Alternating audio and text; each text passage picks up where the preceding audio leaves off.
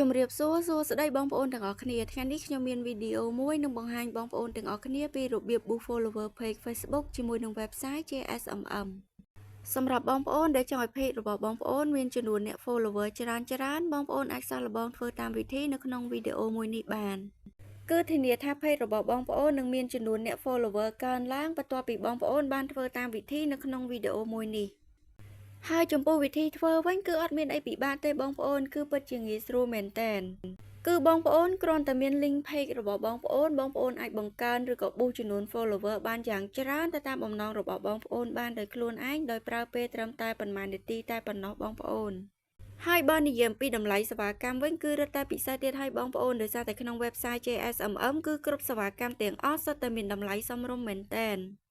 ដូច្នេះហើយកុំឲ្យខាតពេលយូរបងប្អូនអាចទៅតាមដានវិធីធ្វើនៅក្នុងវីដេអូមួយនេះជាមួយនឹងនាងខ្ញុំទាំងអស់គ្នាជាដំបូងតម្រូវបងប្អូន sign up ឬ sign in ចូលទៅកាន់ website JSMM ជាមុនសិនដើម្បីចូលធ្វើសេវាកម្មក៏ប៉ុន្តែសម្រាប់បងប្អូនដែលជាសមាជិកថ្មីបងប្អូនអាចបង្កើតគណនីមួយដើម្បីចុះឈ្មោះចូលធ្វើសេវាកម្មបានហើយប្រសិនបើបងប្អូនអត់ទាន់ចេះបង្កើតឬក៏អត់ទាន់ចេះពីរបៀបចុះឈ្មោះចូលបងប្អូនអាចចុចចូលមើល link ដែលនៅខាងក្រោមវីដេអូមួយនេះបានដើម្បីដឹងពីរបៀបនៃការចុះឈ្មោះចូលនៅពេលដែលបងប្អូនបាន sign up ឬ sign in ចូលទៅកាន់ website ហើយបងប្អូននឹងឃើញមាននៅទម្រង់បែបនេះហើយបន្ទាប់មកបងប្អូនឃើញមានពាក្យ Instagram Telegram នៅខាងក្រោមហ្នឹងបងប្អូនអូសវាមកឆ្វេងបន្តិចមកហើយបងប្អូននឹងឃើញមានពាក្យថា Facebook បងប្អូនអាចចុចចូលទៅលើពាក្យថា Facebook នឹងបានបន្ទាប់មកបងប្អូនអូសវាមកក្រោមបន្តិចបងប្អូនចុចចូលទៅលើពាក្យថា Category ដែលនៅក្នុងហ្នឹងគឺវាមានសេវាកម្មច្រើនមែនតើបងប្អូនដែលតាក់ទងទៅនឹង Facebook គឺវាមានដូចជា Facebook page follower Facebook page like both follower Facebook group member Facebook post like post reaction page review post share video view reel view Facebook comment like ក៏ដូចជា Facebook live stream view គឺមានទាំងអស់បងប្អូនដូច្នេះហើយបងប្អូនចង់ធ្វើសេវាកម្មមួយណាបងប្អូនអាចចុចចូលទៅលើសេវាកម្មមួយនឹងបាន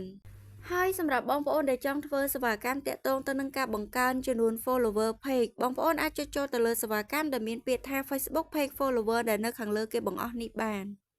ហើយបន្ទាប់ពីនឹងមកទៀតនោះគឺបងប្អូនអាចអូសវាមកក្រោមបន្តិចទៀតហើយបងប្អូនចុចចូលទៅលើពាក្យថា service ដែលនៅក្នុងនឹងផងដែរគឺវាមាន service ជាច្រើនប្រភេទសម្រាប់ឲ្យបងប្អូនចុចចូលជ្រើសរើសប្រើប្រាស់ទៅតាមតម្រូវការរបស់បងប្អូនគឺវាមាន service ដូចជា Facebook page follower anytime page 5k ដល់ 50k ក្នុងមួយថ្ងៃ Facebook all type profile page global name 10k ក្នុងមួយថ្ងៃ Facebook page follower 1 minute completed 250k ក្នុងមួយថ្ងៃ Facebook all type profile page global name 10k ក្នុងមួយថ្ងៃ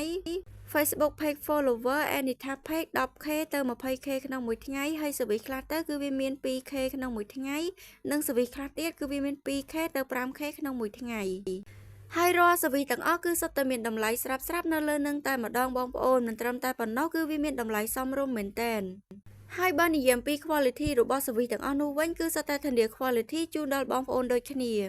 ដូច្នេះហើយបងប្អូនស្រឡាញ់ពេញចិត្តទៅលើ service មួយណាបងប្អូនអាចចុចចូលជ្រើសរើសប្រើប្រាស់ទៅលើ service មួយនឹងបាន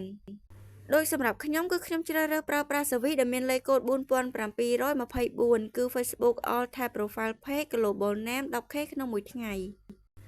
នៅពេលដែលបងប្អូនបានចុចចូលជ្រើសរើស service រួចរាល់អស់ហើយបងប្អូនអូសវាមកក្រោមបន្តិចទៀតហើយបងប្អូននឹងឃើញមានពាក្យ link នៅខាងក្រោម service ហ្នឹងដែលនៅត្រង់កន្លែង link នេះផងដែរគឺតម្រូវបងប្អូនចូលទៅ copy link page របស់បងប្អូនចូលនៅត្រង់កន្លែងនេះគឺជាកន្លែងសំខាន់មែនតើបងប្អូនដើម្បីទាញយក link page របស់បងប្អូនបានជាដំបូងបងប្អូនចូលទៅកាន់ Facebook page របស់បងប្អូនជាមុនសិនមកហើយនៅលើ page របស់បងប្អូននឹងឃើញមានចំណុចត្រី3តូចៗនៅត្រង់កន្លែងនេះបងប្អូនអាចចុចចូលទៅលើត្រី3តូចៗនឹងបានហើយបន្ទាប់មកបងប្អូនអាចចុចចូលទៅលើពាក្យថា share profile ដែលនៅខាងលើនេះក៏បានឬក៏បងប្អូនចុចចូលទៅលើពាក្យថា copy link ដែលនៅខាងក្រោមនេះតែម្ដងក៏បានដែរបងប្អូនបន្ទាប់ពីបងប្អូនបាន copy link page របស់បងប្អូនរួចរាល់អស់ហើយបងប្អូនអាចចូលទៅកាន់ website យើងវិញដើម្បីផាស link page របស់បងប្អូនចូលហើយបន្ទាប់ពីនឹងមកទៀតនោះគឺបងប្អូនអាចចូលទៅបំពេញចំនួន follower ដែលបងប្អូនចង់ boost នៅខាងក្រោមនេះបានដែលនៅក្នុងហ្នឹងគឺបងប្អូនអាចដាក់បានយ៉ាងតិចចំនួន10 follower និងយ៉ាងច្រើនរហូតដល់ 100000 follower បងប្អូនគឺពិតជាច្រើនមែនតើបងប្អូនដូច្នេះហើយបងប្អូនអាចដាក់ចំនួន follower ដែលបងប្អូនចង់ boost ទៅតាមតម្រូវការរបស់បងប្អូនបានហើយនៅក្នុងថ្ងៃនេះគឺខ្ញុំ boost ត្រឹមតែចំនួន10 follower ទេបងប្អូន ចំពោះឆាតដែលនៅខាងក្រោមនេះវាគឺជាតម្លៃសេវាកម្មនេះទៀតសោតគឺវានឹងគិតឲ្យបងប្អូនអូតូទៅតាមចំនួន follower ដែលបងប្អូនបានដាក់នៅខាងលើជាឧទាហរណ៍ដូចខ្ញុំបានដាក់ត្រឹមចំនួន10 follower អញ្ចឹងតម្លៃសេវាកម្មគឺស្មើនឹង 0.0048 សេនក៏ប៉ុន្តែប្រសិនបើបងប្អូនដាក់ចំនួន follower នៅខាងលើនឹងច្រើនជាងនេះបងប្អូននឹងឃើញតម្លៃសេវាកម្មនៅខាងក្រោមនឹងវាអាចនឹងប្រែប្រួលកើនឡើងទៅតាមចំនួន follower ដែលបងប្អូនបានដាក់នឹងដូចគ្នាមិនថាបងប្អូនដាក់ចំនួន follower នៅខាងលើនឹងចំនួនប៉ុន្មានឬក៏ច្រើនប៉ុណ្ណានោះទេបងប្អូនគឺតម្លៃសេវាកម្មនៅខាងក្រោមនឹងគឺវានឹងគិតឲ្យបងប្អូនអូតូស្រាប់តែម្ដងដែលបងប្អូនអត់ចាំបាច់ពិបាកគិតថាចំនួន follower ដែលបងប្អូនបានដាក់ប៉ុណ្ណឹងបងប្អូនត្រូវចំណាយតម្លៃសេវាកម្មប៉ុន្មាននោះទេបងប្អូនហើយចំណាយរយៈពេល36នាទីដោយដែលបងប្អូនបានឃើញនេះវិញវាគឺជារយៈពេលដំណើរការនៃការប៊ូសចំនួន follower នៅលើ page របស់បងប្អូនគឺមានន័យថាបន្ទាប់ពី36នាទីក្រោយនៅពេលដែលបងប្អូនបានចុចចូល submit រួចរាល់បងប្អូននឹងឃើញចំនួន follower កើនឡើងនៅលើ page របស់បងប្អូនទៅតាមចំនួន follower ដែលបងប្អូនបាន boost ក៏ប៉ុន្តែចំពោះរយៈពេលនេះផងដែរវាអាចនឹងយូរជាងនេះតិចតួចទៅតាម service ដែលបងប្អូនបានចុចចូលជ្រើសរើសនៅខាងលើនឹងដូចគ្នា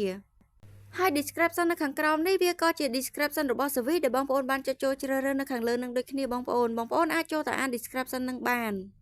ហើយមុនពេលដែលបងប្អូនចុចចូលទៅលើពាក្យថា submit បងប្អូនអាចអូសឡើងលើឡើងវិញដើម្បីពិនិត្យផ្ទៀងផ្ទាត់ថារាល់ service ទាំងអស់បងប្អូនបានចុចចូលជ្រើសរើសបានត្រឹមត្រូវជាពិសេសគឺ link page របស់បងប្អូនបានបំពេញបានត្រឹមត្រូវប្រសិនបើបងប្អូនជ្រើសរើសក៏ដូចជាបំពេញបានត្រឹមត្រូវអស់ហើយបងប្អូនអាចចុចចូលទៅលើពាក្យថា submit នៅត្រង់កន្លែងនេះបាននៅពេលដែលបងប្អូនបានចុចចូលទៅលើពាក្យថា submit រួចរាល់បងប្អូននឹងឃើញមានពាក្យថា your order received ដែលវាដូចជាវិក័យប័ត្រមួយបញ្ជាក់ប្រាប់បងប្អូនថាបងប្អូនបានចុចចូលធ្វើសេវាកម្មមួយនឹងដោយជោគជ័យហើយនៅខាងក្រោមនឹងក៏មានការបញ្ជាក់ឡើងវិញទាំងអស់រាល់ service ដែលបងប្អូនបានចុចចូលជ្រើសរើសក៏ដូចជា link page របស់បងប្អូនចំនួន follower ដែលបងប្អូនបាន boost និងតម្លៃសេវាកម្មទាំងអស់ដែលបងប្អូនត្រូវចំណាយដូច្នេះហើយបងប្អូនអាចពិនិត្យផ្ទៀងផ្ទាត់សារឡើងវិញនៅត្រង់កន្លែងនឹងបានចំពោះរយៈពេលរងចាំដែលខ្ញុំបានបញ្ជាក់ប្រាប់បងប្អូនអំបញ្ញមិញអញ្ចឹងគឺបងប្អូនអាចរងចាំរយៈពេល36នាទីឬក៏យូរជាងនេះតិចតួចទៅតាម service ដែលបងប្អូនបានចុចចូលជ្រើសរើសនោះបងប្អូននឹងឃើញចំនួន follower នៅលើ page របស់បងប្អូនកើនឡើងទៅតាមចំនួន follower ដែលបងប្អូនបាន boost ក៏ប៉ុន្តែអត់តម្រូវឲ្យបងប្អូនរងចាំនៅក្នុង website នឹងទេគឺបងប្អូនអាចចុច clear ចេញពី website នឹងវិញបានហើយសម្រាប់ការ boost follower page Facebook ជាមួយនឹង website JSMM គឺមានតែប៉ុណ្្នឹងទេបងប្អូនវិធីធ្វើគឺពិតជាងាយស្រួលមែនទែនបងប្អូនអាចសាកល្បងធ្វើតាមវិធីនៅក្នុងវីដេអូមួយនេះបានធានាថាបងប្អូននឹងឃើញប្រសិទ្ធភាពពិតៗបន្ទាប់ពីបងប្អូនបានធ្វើតាមវិធីនៅក្នុងវីដេអូមួយនេះដូច្នេះសម្រាប់វីដេអូថ្ងៃនេះក៏ដល់ទីបញ្ចប់ដែរបងប្អូនប្រសិនបើបងប្អូនមានចម្ងល់នៅត្រង់កន្លែងណាមួយបងប្អូនអាច comment នៅខាងក្រោមវីដេអូមួយនេះបានអរគុណបងប្អូនសម្រាប់ការតាមដានវីដេអូពីដើមដល់ចប់ហើយក៏សូមអធិស្ឋានផងដែរប្រសិនបើមានពាក្យពេចន៍ខុសឆ្គងឬក៏សំឡេងរំខានណាមួយជម្រាបលាបងប្អូនជួបខ្ញុំនៅវីដេអូក្រោយ